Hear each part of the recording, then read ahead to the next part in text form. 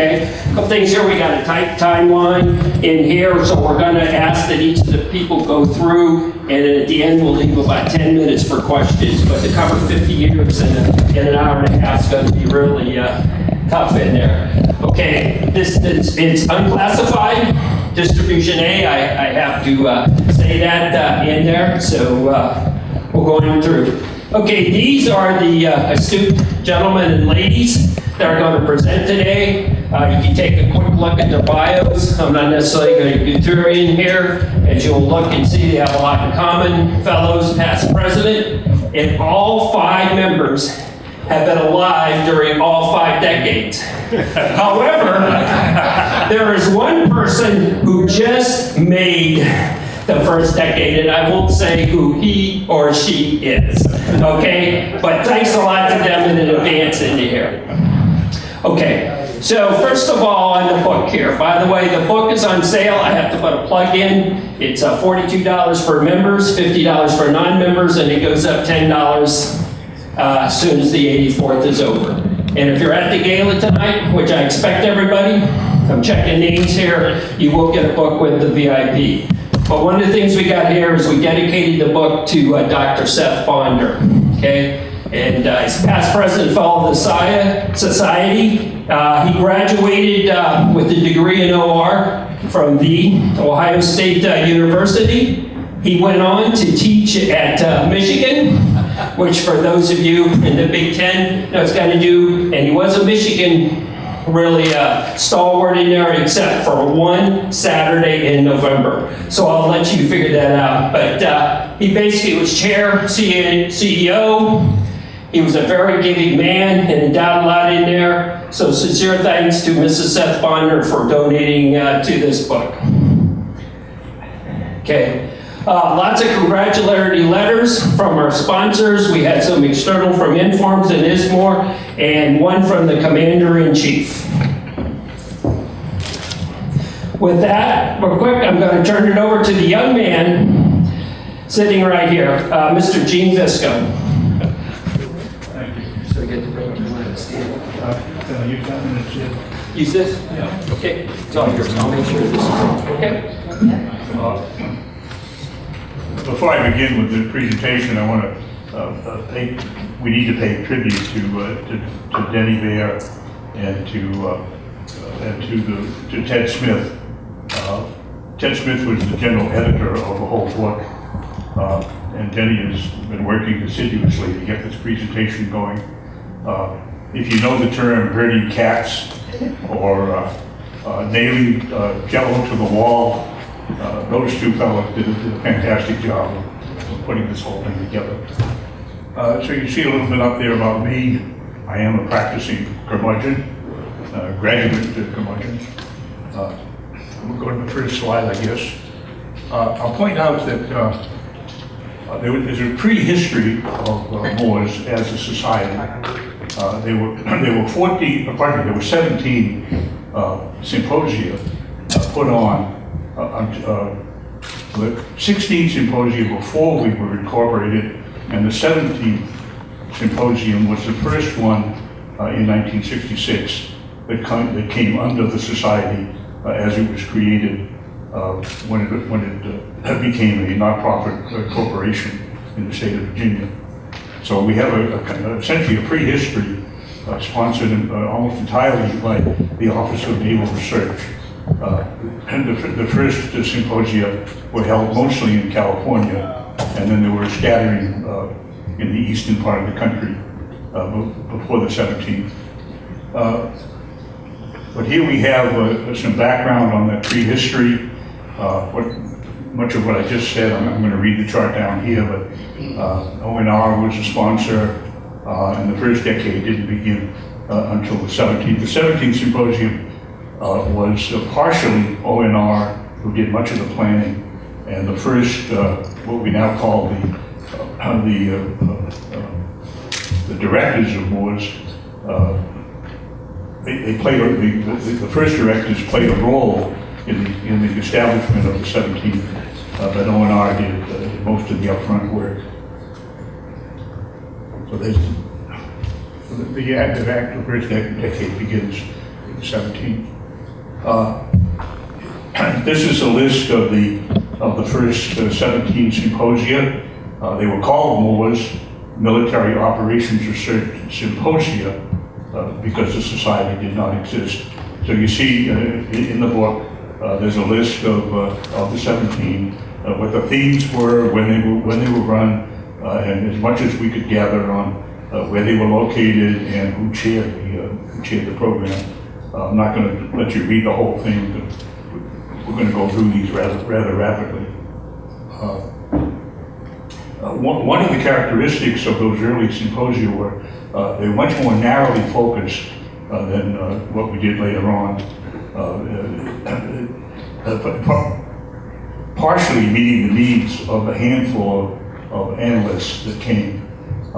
Give you a quick read on the background of all this.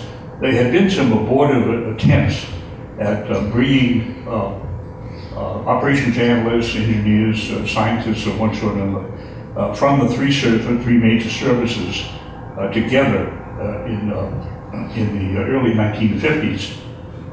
They didn't work out for a variety of reasons. I'm not exactly sure what was behind them, but they never got off the ground until the first one we're talking about here, the air defense one, that finally broke the ground. And this coincided with the beginning notion of joint operations. We still had the separate services after the war. Now we have the three services after World War II, with the youngsters coming along in the United States Air Force. And there were a number of folks, particularly at ONR, they kept making the point that said that we are going to be operating as a joint force, that maybe the analysts ought to think about being a kind of a joint element. And that was kind of behind, I think, the attempts to establish a forum where the operations researchers and other technologists could gather together from all the three services, four services, including the Marine Corps, in a common area to exchange views and issues, and because we did have common problems, and you see some of those indicated in the themes of these first symposia. Here are some more of them. Again, you see the themes. Still beginning to be a little more general. Command and control at the 10th, for example. Air defense is fairly narrow. Weapons effects is pretty broad. But you can see the growth of the notion. It was around the 12th or so that ONR began to think about passing this on to a set of volunteers. And so the beginning of a kind of an executive committee began to play a role around the time of the 12th. And it continued participating with ONR down the way. And somewhere around that same period, I think we had the first one that was not in California. I'm trying to see where. Norfolk, Virginia, there for the 15th Air Force Academy of Colorado Springs on the 12th. That was it. They began to move away from having them entirely out in California, moving them a little bit to the east. And here we have, well, let me go back first. The 17th, as I pointed out, did occur in May of '66. MORSS was incorporated as a not-for-profit educational institution in the state of Virginia in the spring of 1966. And so when we got to the May meeting, it was technically now under the society's role, but ONR still played a major role in helping to develop the program. So the 17th I judge is kind of half society and half ONR. Moving on to the theme, again we're using the same framework of showing the theme and the sites, moving on from the 18th on down. I have to ask Denny something here. Danny, didn't we have some additional background, or does that come up a little bit later? No, okay.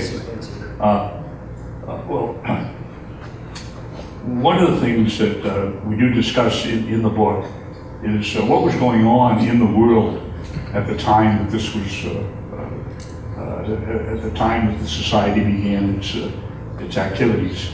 The big thing at the time was that the Vietnam War was still going on. 1966 and 1967 were the heavy times of particularly the Army in Vietnam.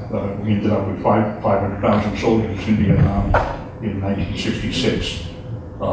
At that time, although we didn't know it until years later, the Army sponsored some projects in Vietnam. One of them was called ARCOG, or Army Operations Vietnam, and a person who later became president of MORSS and a fellow who's not with us today, but E.V. Vanderbilt, as a very junior analyst, deployed in 1966 as supporting the Army's study on combat operations in Vietnam.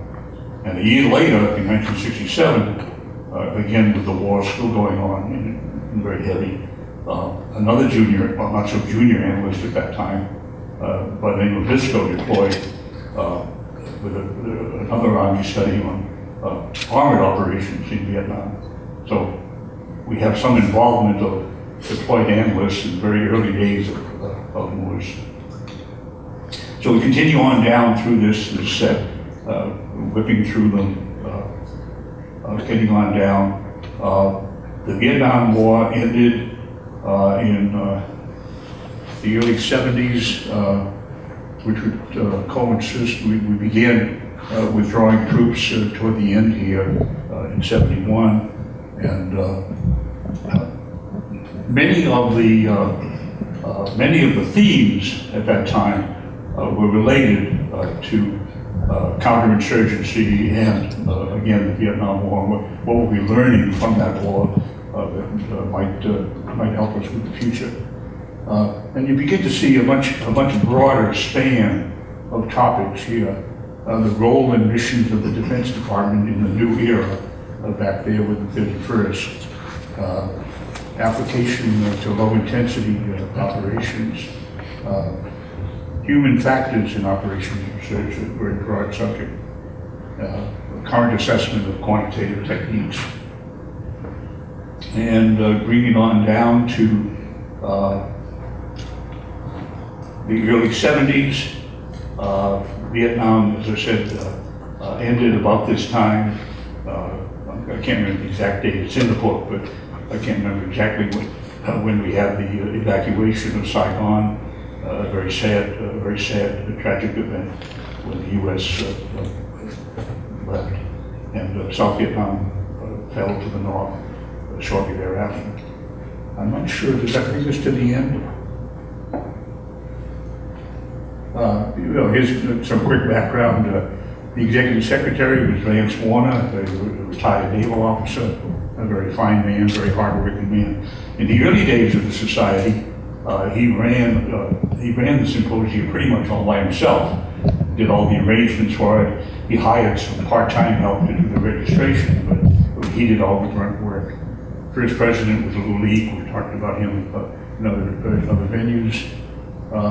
Clay Thomas became a really involved person, and he served as the Air Force sponsors representative for a very large number of years. Tell you a quick anecdote. When I was serving as the Army's sponsors rep, I used to sit next to Clay at the Board of Directors meetings, and there was a tradition that at the end of the formal part of the Board of Directors meeting, the president would turn to the sponsors reps for any comments they care to make. And Clay, being kind of the senior representative, was given the first opportunity to speak. And those of you who remember Clay know that he had a vocal constriction, sort of difficulty to speak, but everybody was very quiet when he did speak. He would stand and he'd have these notes that he had made, and he'd make some comments on the plans and the programs, that had been discussed at the board meeting. And then when he finished and sat down, the president would ask me to comment as the sort of second senior. The Army was the second senior sponsor of MORSS. And I would stand up and simply point to Clay and say what he said. Didn't have to say anything more. He was a wonderful guy. Let's see what the next one is.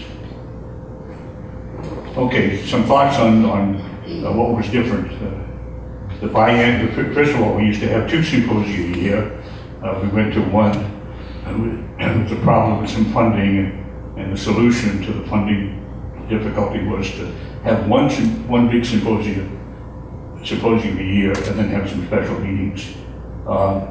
We had a very limited diversity of the individual participants, fairly narrow. We're much broader now. We cover the gamut of the private sector, the academic world, as well as the defense community, the government community. Point out that Vance did most of the work himself.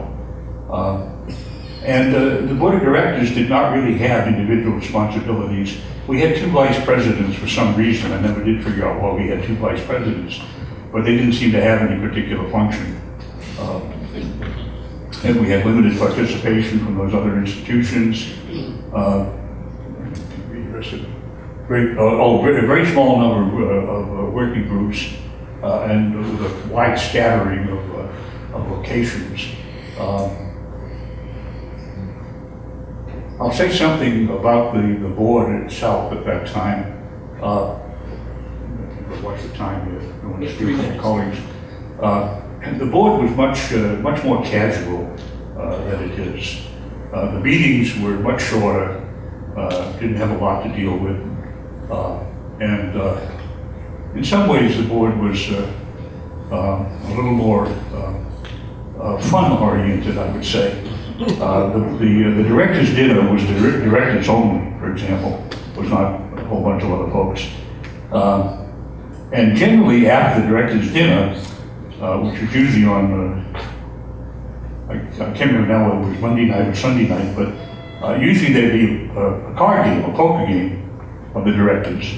And it very often ran till the next morning, so that they were kind of bleary-eyed when they went to the symposium. There was a long debate about whether or not the directors should begin inviting their spouses to the dinner. And there were a couple of people on the board who were not married. And they were arguing or suggesting that maybe significant others could be invited as well. And so there was a long debate about that. And the folks who felt that just automatic spouses were kind of dominating, until one of the board members, who would have to be described as, I better not describe him properly. In any case, he was seen as, to some degree, as a threat to womanhood. He put forth the idea that said, well, if it's going to be spouses only, then those of us who may be unattached could perhaps bring the spouse of another director. And at that point, they dropped the whole issue and put it in the director's dinner. I'll just tell you one quick story about Vance. Vance Warner was, he was very dedicated to MORSS and he worked very, very hard. We had a meeting scheduled down at the Air University in Montgomery, Alabama. And Vance made his advanced trip down in I guess the late fall or winter of that year to check on. At that time, the board would meet at a motel, and they'd have their actual board meeting there. So he found a motel that was close to the air base that was still under construction, and he talked to the management, and they said positively that the motel would be open for business that June when the symposium was when the board would be down there for its meeting. And he got down there a couple of days before the thing was to kick off and discovered that the motel was not completed in construction yet. It was not able to take on its visitors. And he became so incensed because he was so devoted, he actually had a heart attack. And he spent that voyage in the post hospital at the air base that year. Vance passed away some years after that from a heart attack, but he was a very, very devoted guy. And that's one reason why the principal award that we give at MORSS is the Warner Award. Here are some observations about that decade. Just very quickly, Vietnam War intensifies. We had the trip to the moon, microprocessor terrorist attack on the Munich Olympics. I don't know whether anybody's old enough in here to remember any of that. One of us is, or a couple of us are. The IRA bombed the Tower of London. And in '75 is when the last U.S. forces left Vietnam. There was a small war between India and Pakistan that worried a lot of us because both sides had, at that time, atomic weapons, didn't call them nuclear weapons. I think that may be the decade of transition. Growing pains, steady growth of participants, interested institutions with more academic people coming in, more private sector people, extensive rosters, like I said, the meeting sites, and a very casual behavior of the board of directors. And I think that is the end of my section. Yeah. Yeah.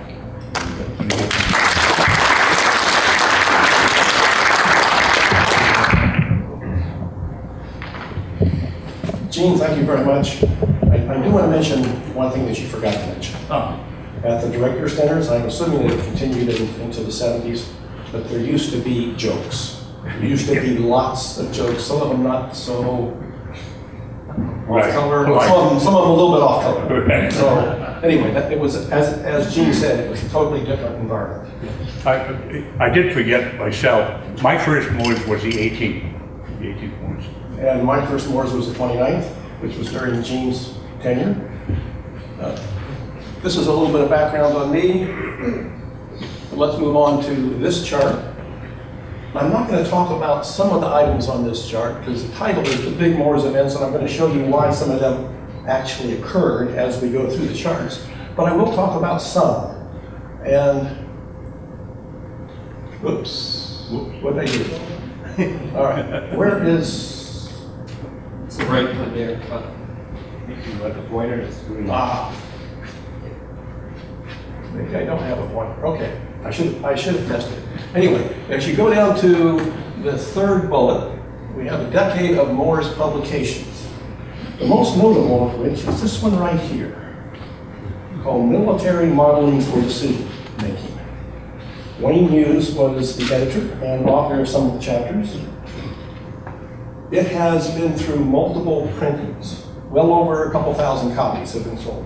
So if you're going to buy a MORSS book, this might be the book you want to buy. So we also had a symposium without the Army. I'll talk about that later. But very few people know about the crisis we had with the Navy. Admiral Hayes was the vice CNO in the year 1982. When I was on the board as a vice president, Marion Williams was the president. He decided the Navy should withdraw. And if the Navy withdrew, MORSS could very well fall apart. Why? Because the Navy was running the contract for MORSS. It meant somebody else would have to pick up that contract, either the Air Force or the Army. It's not clear that would have happened. Marion Williams and Wayne Hughes were able to talk Admiral Hayes into withdrawing his objections, and MORSS survived. A very important event that very few people know about. And it's the kind of thing that can happen in any administration. I look at Joe. So, we also had a fourth sponsor join the joint staff. It was then called Saga. And the phalanx grew from 6 to 26 pages. The next slide is going to show you what the old phalanx looked like and then what the new phalanx looks like. The big changes in the MORSS office. We had the death of Vance Warner and the hiring of Ed Napier. He stepped up and took over almost right away, which was absolutely crucial. And then we had Natalie join in 1980, and we had Dick join in 2000. Both of them went through the next decade and even further. And when you look at something that Bob Sheldon has put together, he has pictures of Natalie and Dick, and he calls it the golden age of MORSS. And I am claiming that the golden age of MORSS started in the second decade. And that we really set that stage for the golden age. This guy. So to me, the second decade of MORSS was the most important decade.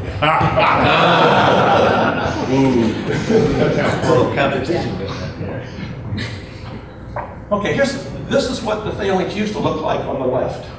About 6 pages usually, dense in words, very few pictures. And then Jack Walker took over. He was another key component to the golden age. And the phalanx changed, it became longer. We had some as long as 26 pages. And he had the MAS chairman and the MORSS president on the cover in most cases. And this is what it looks like now. You can see it's changed again. Okay, some more. Now, Walt Hollis replaced Dave Hardison as the Deuce OR. Deuce OR is the top operations research position in the Army at that time. It has since been abolished, and they don't have a Deuce OR. Now, why is that important? Because Walt Hollis stayed as the MORSS sponsor for the Army for about 20 years. In the Air Force and Navy, you were continually getting changes, but for the Army, it was Walt Hollis. Jack Borstein, who was the president during your term, became the OSD comptroller. The 53rd symposium was the first one that had a past president's lunch. We just had a past president's lunch. It was, now when we had the sponsors lunch, and that was also the first time you had a sponsors lunch, we charged the sponsors $5.85 for their lunch. It was not free. The fee structure was modified so that the government paid $40 and the non-government paid $80. That was a change from having a constant fee structure. And that stayed for a long time, and now it's changed where there's a slight benefit for being in the government, but not nearly as much as it was back then. Now, the next one is absolutely crucial because it was another big decision that the board had to make.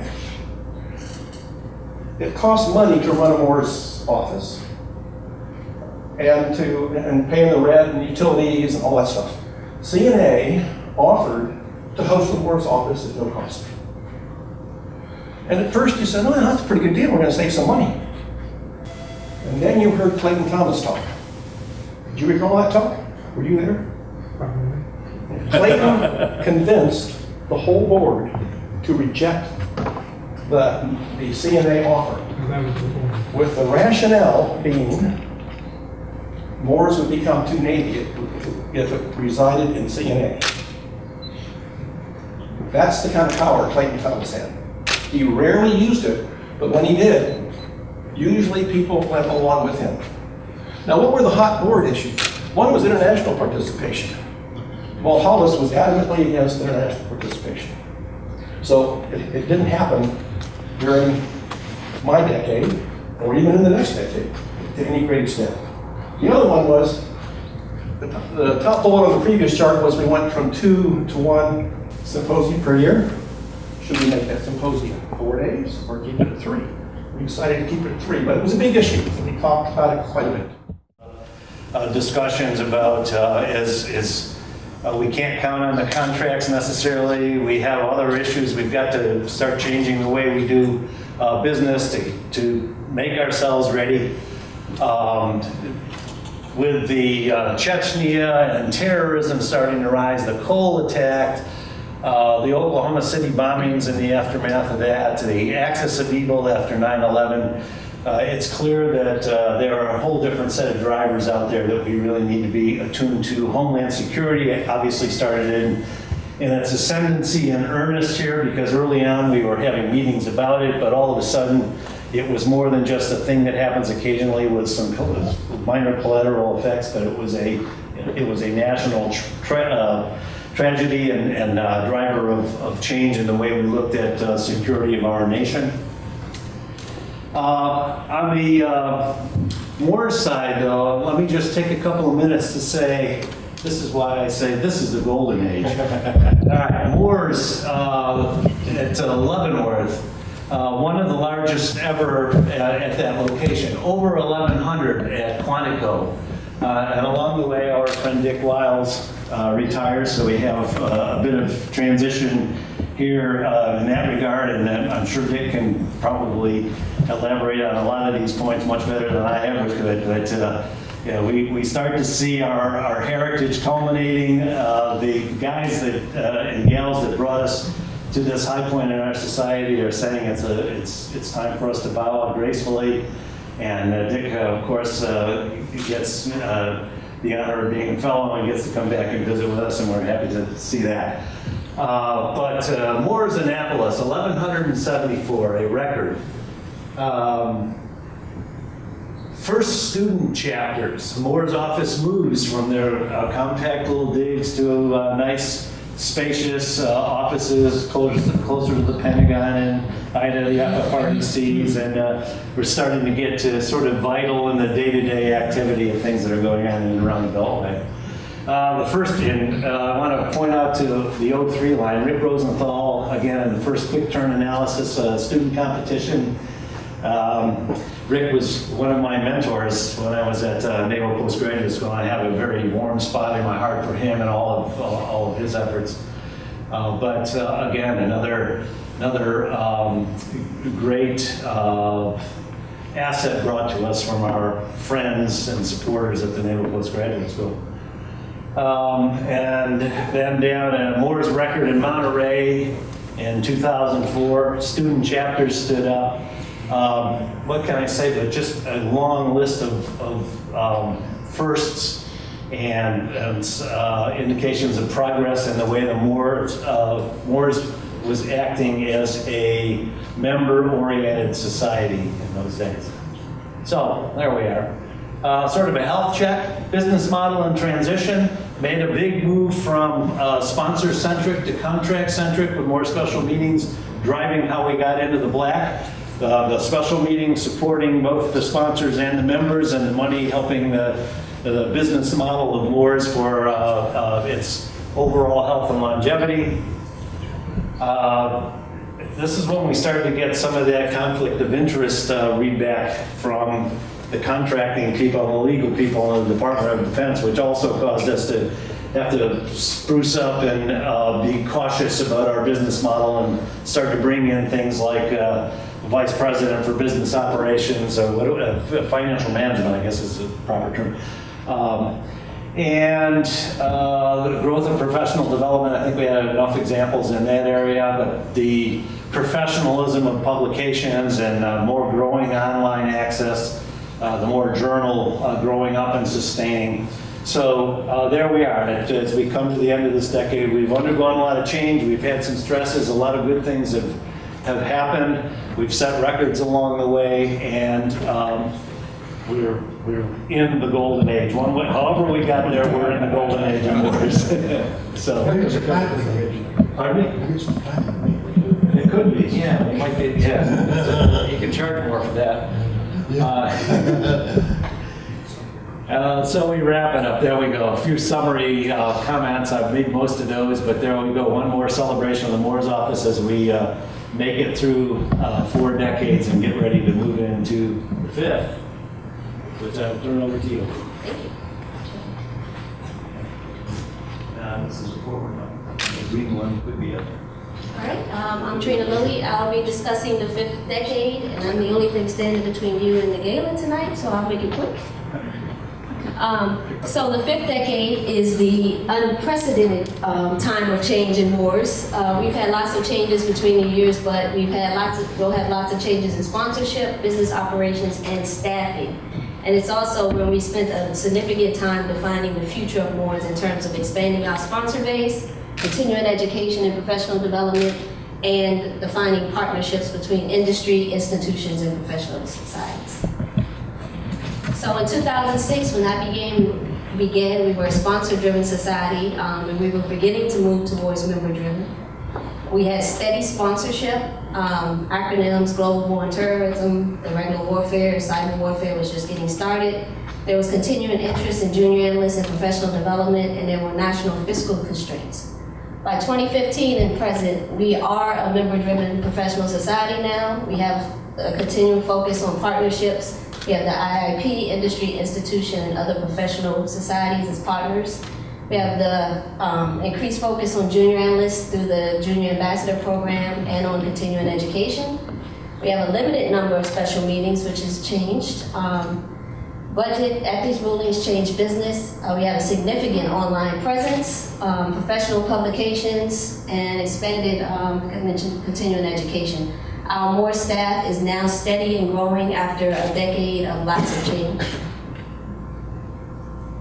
So the value of special meetings. I have this here to highlight our transition. We went from having 4 special meetings that hit on various topics, emerging issues, lots of hot topics that we were helping define for the government and providing input. You'll see a lot of irregular warfare topics, a lot of non-traditional methods, risk.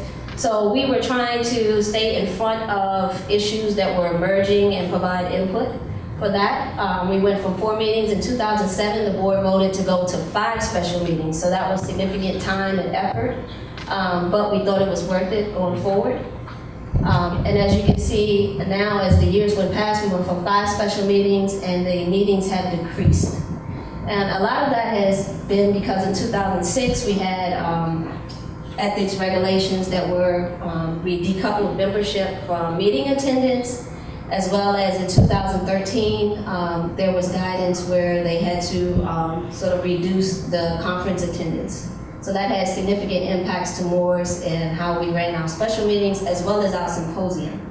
So our symposium has remained healthy, but in 2012, we went from having them at the service academies to moving to hotels, the Hilton, for the past 3 years. So this year is the first time we're back at a service academy. So notable 5th decade events is 2006, as I mentioned, is the when we had to decouple membership. That had significant impacts to our business operation as well as our financial. 2007, we developed the first community of practice for experimentation. In 2008, the Department of Homeland Defense became a MORSS sponsor under the leadership of President and CEO Jack Keane. And they're also a sponsor as of this year as well. In 2008, we returned to the Coast Guard Academy after 38 years of being away, and that was also part of DHS becoming a sponsor. In 2009, the Wayne Hughes Junior Analyst Award was established. We also had international representatives added to our MORSS Board of Directors. We also held our first international special meeting in Ottawa on analytic support for maritime domain awareness and counter-piracy. 2010, we had our first MORSS Leadership Forum at the Convention Center in DC. 2011, we established the MORSS Mass Student Membership. And in 2012, and this is part of the guidance, we had our first industry showcase at the Hilton Mark Center, which kicked off our industry and institution partnership program. In 2013, we established a Sustaining Contributors Program. In 2013, we also had the Industry Institution Partnership Program. And then in 2014, the Assistant Secretary of Defense for Research and Engineering became a MORSS sponsor. And what's not mentioned here is that along this way, we've had lots of sponsorship changes. Joint Staff is no longer a sponsor, but all the services remain sponsors. And then in 2015, we started our continuing education standalone courses, which has now led to us establishing a certificate program for continuing education and wargaming.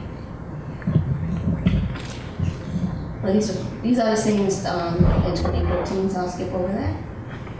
And in summary, so we're continuing to meet challenges, both operationally and business challenges. We are a member-focused organization. We're continuing to focus on professional development and continuing education. Our publications are healthy. We have a new business model for our special meetings, so hopefully they will continue to grow. We now have balanced budgets, and we have a steady sponsor base and a steady MORSS staff.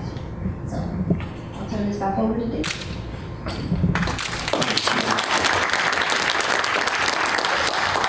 Okay, I promised I'd give you 10 minutes, but I'm only going to give you 7. I got to rush off to the gala because I got to kick it off. And here real quick, I will have a few questions, but just a little trivia on there. If you look up there at the top slide, that's Ted Smith. He's the one that put this whole book together. You'll see some other various people on there. There'll be a trivia later on. The people on the right are the past 4 executive vice presidents, CEOs. Anybody want to guess what those 3 on the left have in common? Could be. So the top is Professor Wayne Hughes, and the second one is Dr. Jerry Kochka. The bottom was Dr. Bill Lease, who I work for. Those are 3 of my many mentors I've had in the mentorship program in there. Not some people would have guessed that in there, but that. So I've got about 6 minutes left.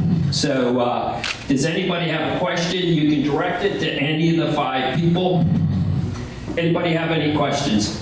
I will tell you, who's going to the gala tonight?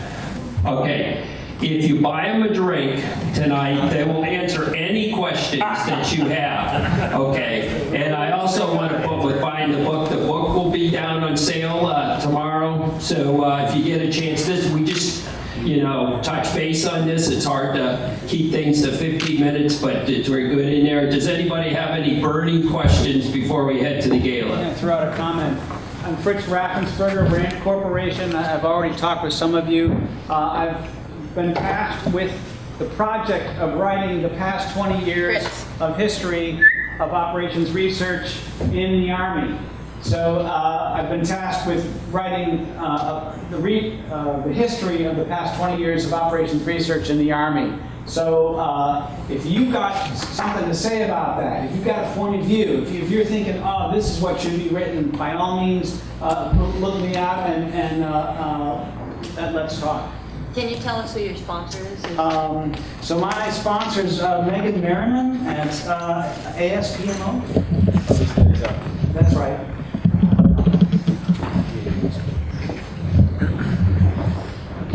Does anyone else have a question or a comment? So what I just did, to save on time here, is I just passed each of the people here the MORSS 50th coin in appreciation for all the time they went in writing this book, and I mean hundreds and hundreds of hours in doing this slide. So any objections to getting out a few minutes early? No. Okay, all right. Listen, thanks a lot, and thanks to the people. We got it. I'm sure.